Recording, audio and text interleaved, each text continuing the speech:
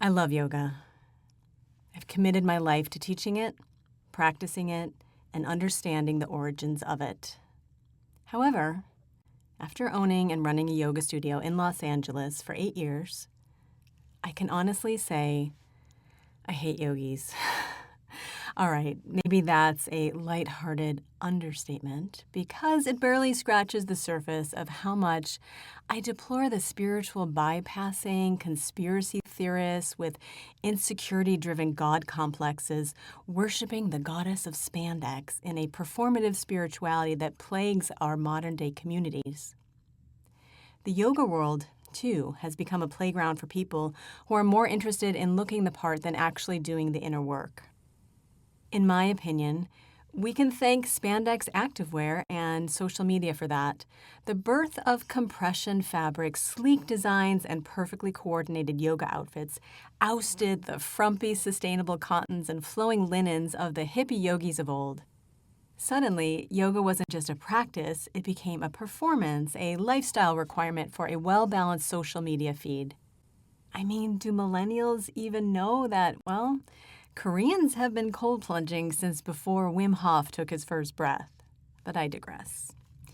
Now, at first I was all in, +1 for these spandex parties, but I didn't realize we'd be watching authentic yoga slip away as corporations capitalized on the activewear boom, masking themselves as champions of the yoga lifestyle while peddling cheap, toxic nylon fabrics and mindless yoga practices.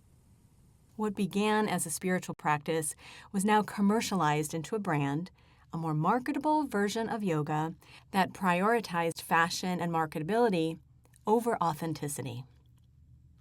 What followed? Well, women felt hot. Who wouldn't? With compression fabric sculpting every inch of you into a sexy hourglass shape. It was like wearing confidence on the outside. But the problem came when those leggings came off.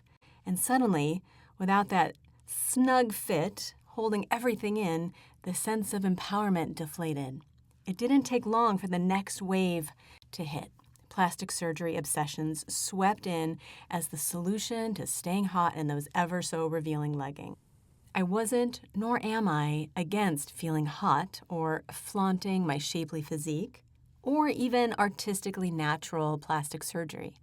I'd be the first to admit that feeling good in your body is empowering, as well as a huge aspect of what yoga is about. But I got into yoga for spiritual reasons, not for a delusional vanity contest.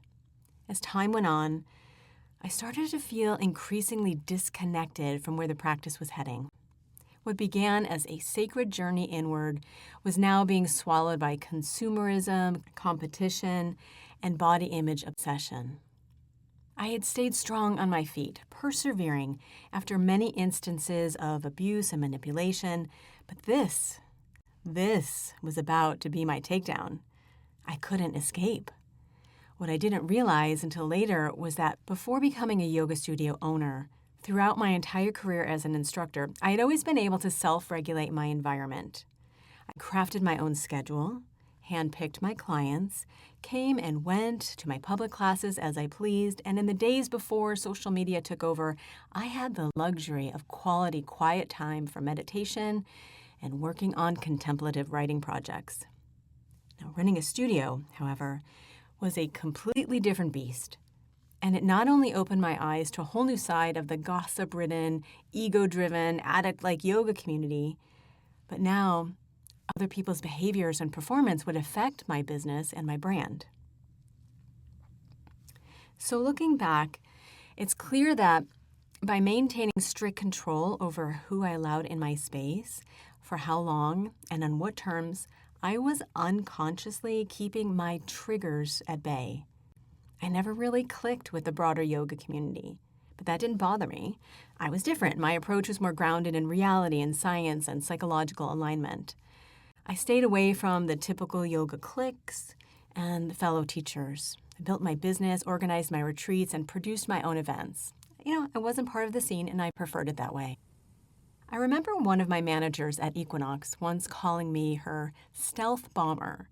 And at the time, I figured she was just blowing smoke at me, probably saying the same thing to everyone. But years later, After managing flaky LA yoga teachers myself, I finally understood what she meant. I saw firsthand just how difficult it was to 1, get teachers to show up on time, 2, ensure that they ended classes on schedule, 3, maintain consistency, 4, respect the studio space, and 5, avoid inappropriate behavior with students. And there's more on that later. She called me a stealth bomber because I showed up on time. I delivered a great class with precision, and I left without causing any drama or issues. At the time, I hadn't realized how rare or valuable these qualities were. Since I dive into the details of how I fell into yoga in my book, As I Am, I'll take this opportunity to share the slightly woo-woo backstory about how I accidentally became a studio owner here in this book. Yes, I am fascinated by spiritual and mystical concepts, but only when they align with reality and science. Even if modern teachings on frequency, numerology, and synchronicity aren't exactly mainstream. So if you're gearing up to judge this next story, I'm not concerned, but try to have an open mind. Owning a studio wasn't part of some grand plan or hidden desire. It all started with a series of synchronistic events involving the one and only Prince.